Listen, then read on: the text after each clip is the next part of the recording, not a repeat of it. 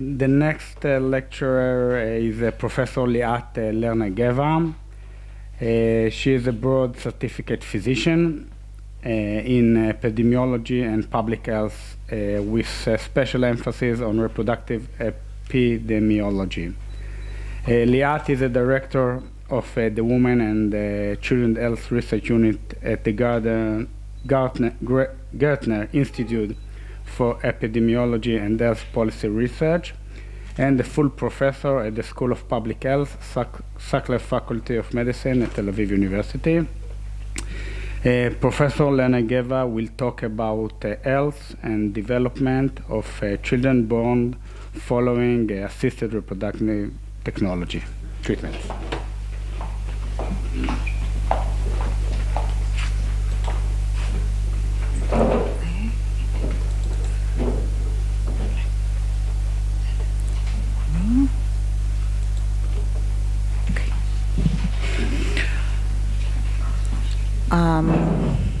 It's afternoon, so good afternoon, everybody. I would like to thank the organizers for inviting me to give this talk and be part of the book. I will talk about health and development of children born following assisted reproductive technology. Is ART safe? There are two main types of concerns regarding artificial treatments for of IVF. The first issue is the technology. Is the technology causing any harm? And the technology is rather invasive. The medications that we give women for ovarian stimulation, the exposure of the embryos in the medium, bypassing natural selection of sperm, as we do with micromanipulation techniques such as ICSI, physical damage that is caused to the embryos, such as pre-implantation genetic diagnosis, when we actually take out one of the cells for genetic testing, and damage during the thawing process when we are using frozen embryos. The other concern is the patients that undergo ART. Is the infertility have any effect, the duration of infertility, the age, the maternal and paternal age, and genetic abnormalities of the parents themselves. So when we compare ART to spontaneous conceptions, are the outcomes any different? And I will talk about three main outcomes today: congenital malformation, childhood cancer, and developmental delay of the children. What do we know about assisted reproductive technology and birth defects? And this is a systematic review and meta-analysis that was published in 2013, and the take-home message is that it took 25 years to reach agreement among researchers that there is an increase in birth defects in infants born following ART. And this increased risk is about 1.3 or 1.2 or 1.4, and it's statistically significant, and it goes all over the board in all the studies that were investigated in this meta-analysis. Especially we're talking about heart defects and other defects, as I will show you soon. We gathered information on pregnancies from 8 IVF units in Israel. You already heard that Israel is very unique. We have an unselected population. Every couple or women can come to the IVF unit and get treated until the age of 45. So it was easier for us to gather all pregnancies from 8 IVF units in Israel, as well as spontaneously conceived pregnancies from one of the largest HMOs in Israel. We conducted an historical cohort of pregnancies between 1997 and 2004, and we linked them to the live birth registry in Israel to observe the risk of congenital malformations. As expected, there are much more multiple birth among the ART group and much more preterm birth before week 37 of pregnancies, as well as low birth weight of under 2,500 grams. Okay, what about congenital malformation? In this group, we observed 2.4% of congenital malformations as compared to under 2% in spontaneously conceived pregnancies. After adjustment for maternal age, ethnicity, education, plurality, infant gender, and the year of delivery, this risk remains statistically significant, 1.45. Is there any difference between traditional IVF and ICSI? ICSI is the process of micromanipulation when a sperm is actively inserted into the oocyte. There is a difference, but this difference is not statistically significant, so both procedures are holding the same risk for congenital malformations. What about the sites? Are there any specific sites that we observe this increased risk? This is single-tone pregnancies only in order to adjust for multiple birth that are at higher risk for congenital malformations. And these are the systems that were at increased risk for congenital malformation: nervous system, circulatory system, digestive system, and the genital system, with significantly increased risk on all sites. So when another meta-analysis was conducted later at 2013 with pool results including our own, including the Israeli results, we see an overall increased risk of 1.36. What about childhood cancer? This is an issue, causes great concern. So there were two waves. The first wave was before 2005. There were multiple studies, mostly case control studies, about whether or not there is increased risk for childhood cancer in infants born following ART. And most studies, all the blue ones, observed increased risk for childhood cancer. And cohort studies done at the same period of time showed conflicting results. So a meta-analysis at the end of 2005 by Raimondi about cancer incidence in children born after assisted reproductive technology. These are the articles that were included in that meta-analysis. And the result of the meta-analysis was that there is maybe a slightly elevated risk for childhood cancer. However, this was not statistically significant. And we rest. We rested until 2012. There isn't a single article published on that topic between 2005 and 2012. And in 2012, the second wave, again, case control studies, okay, two very large case control studies observing an increased risk of about 2.5 for childhood cancer in children born following ART. And again, cohort studies also observing an increased risk.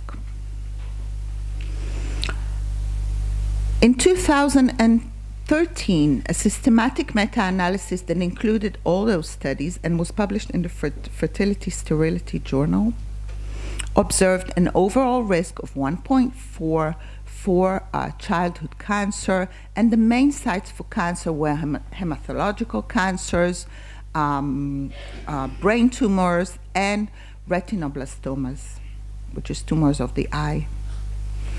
Another meta-analysis that was observed, this is an original article by Williams in 2013 that was published in the New England Journal of Medicine, observed no increased risk of cancer at all, for all cancers. There were specific sites that were at elevated risk. So that was rather confusing. So we have this large meta-analysis from 2005 stating that there isn't any statistically significant risk for childhood cancer, and in 2013, two studies with conflicting results. So we decided to check our own cohort. We already have a follow-up of 10 years, and luckily for us, we have a very complete National Cancer Registry in Israel. So we linked our data of the ART children and the children that were born with spontaneous conception with the data of the National Cancer Registry. And this is what we observed. As you can see, there is a slightly increased risk, however not statistically significant. You can see that the age of diagnosis of cancer for those who did have cancer was rather similar. And we observed a 1.4 increased risk. However, this was not statistically significant after controlling for mode of conception, maternal age, and other factors that might increase the risk for cancer. The specific sites that we observed increased risk were retinoblastoma, renal tumors, and bone tumors. However, this is based on very, very scarce cases, 2, 4, and 2 cases again. So, we still don't know the answer for that. Okay. In a large study that was conducted by a group from Soroka Medical Center just recently and published in 2016, they had 2,600 IVF children, 1,700 children that were born following ovulation induction without IVF, and over 200,000 spontaneously conceived children. And they observed an increased risk for IVF. However, this risk was not statistically significant.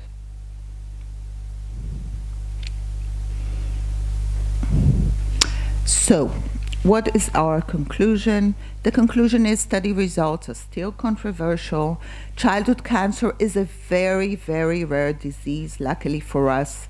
So we would need a very large sample size in order to observe an increased risk of 1.5 or even 2.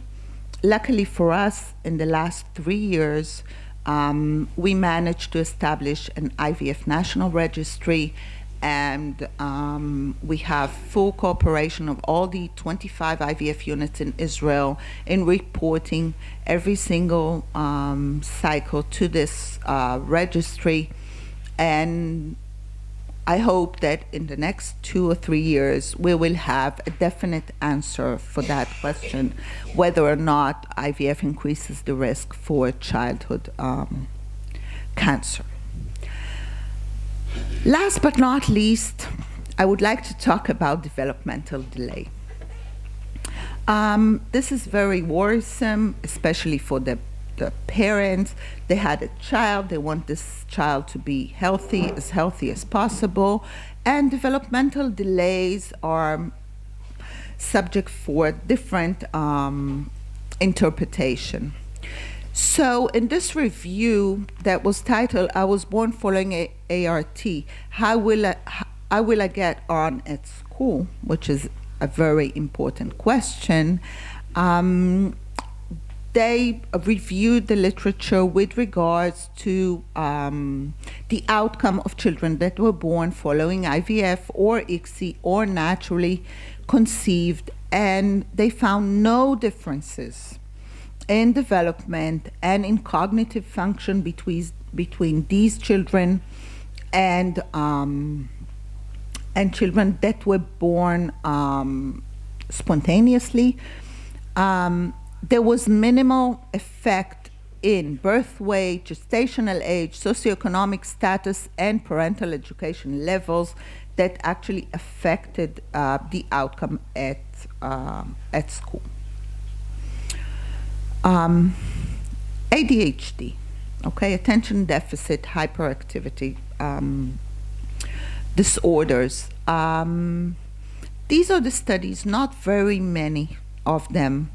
However, all but one did not observe any increased risk for this disorder in IVF children as compared to spontaneously conceived children. What about autism? Autism is a growing phenomena. We've seen increased incidence of autism in all children during the last 10 years. However, when we review the literature with regard to autism, all but one study from Israel, no other study observed an increased risk, and two studies, the study by Mainberg in 2007 and the study by Kissin in 2015, observed decreased risk of autism in IVF children. This Israeli study by Tzachor is very interesting. It was conducted in a tertiary center treating autistic children and doing wonderful work with them. However, they observed that 10% of the children that arrived to their center were born following ART, as compared to approximately 3 to 4% of the children in the population that were born following ART. Again, maybe this study is subject to some kind of bias with which children do arrive to this tertiary center. Other review looking at cognitive function, school performance, neuromotor development, and social functioning and behavior, attention deficit disorders, and autism failed to observe any increased risk in children born following ART. So we decided to see what happens with our children. And this is the PhD work of Dr. Dolly Farhi, who is here in the audience, with great help from one of our senior researchers, who is also here in the audience, Mrs. Sarah Lee Glasser. So we had a cohort of IVF children and spontaneously conceived children, which we interviewed at 6 to 8 weeks of pregnancy. Then we interviewed them again 1 month after delivery. And then we conducted a telephone interview at the age of 6 to 9 to see what happened to the children, with special emphasis on neurodevelopmental outcomes. Some of the children were also invited to a very thorough developmental assessment at the Institute of Child Development at the Sheba Medical Center. Huge study funded by the BSF. So we wanted to evaluate long-term health and neurodevelopmental outcome of these children. Our cohort consisted of over 1,000 children, both IVF and spontaneously conceived. We managed to conduct over 750 interviews, and almost 300 children were invited for developmental assessment. You could see the proportion of ART children and spontaneously conceived children. And this is what we tested for. Motor development. I will not go over all the specific tests that we conducted and the specific questionnaires, but whoever wants to know more about that can read the chapter in the book. What about the results? Control during movement, fine motor and coordination. No difference between the two groups. This is going to be boring, okay? Ability to copy. No statistically significant differences. Other tests for cognitive function. No statistically significant differences between the group, and this includes reading, writing, and math. Boring. Verbal, nonverbal, and a composite of the two with abilities to do that.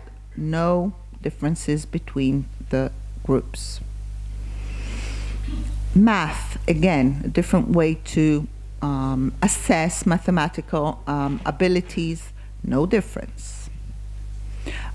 This is a special test for Hebrew vocabulary. We looked for something that will be specific for Israel. We found this test, Tavor, and again, all children in Israel do poorly in vocabulary, including the spontaneously conceived children and the ART children.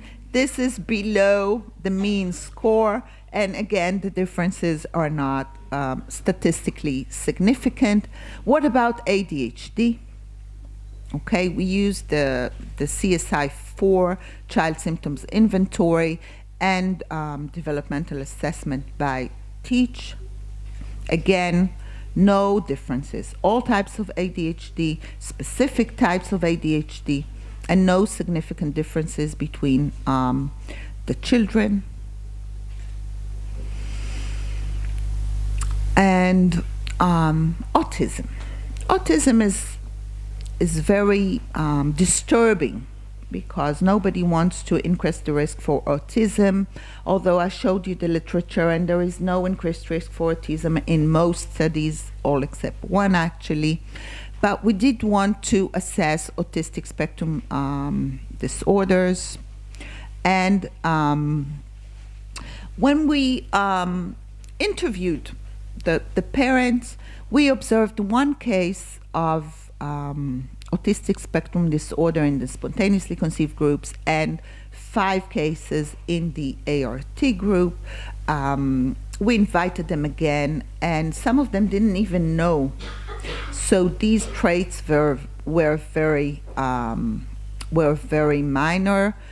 When we used the DSM psychological assessment for autism, there were no differences between the groups.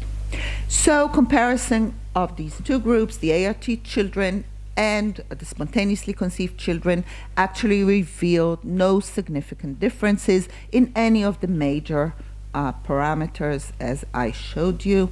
I would like to thank you for your attention and to thank my team at the Women and Children's Health Research Unit at the Gertner Institute, which nothing would have happened without them. Thank you.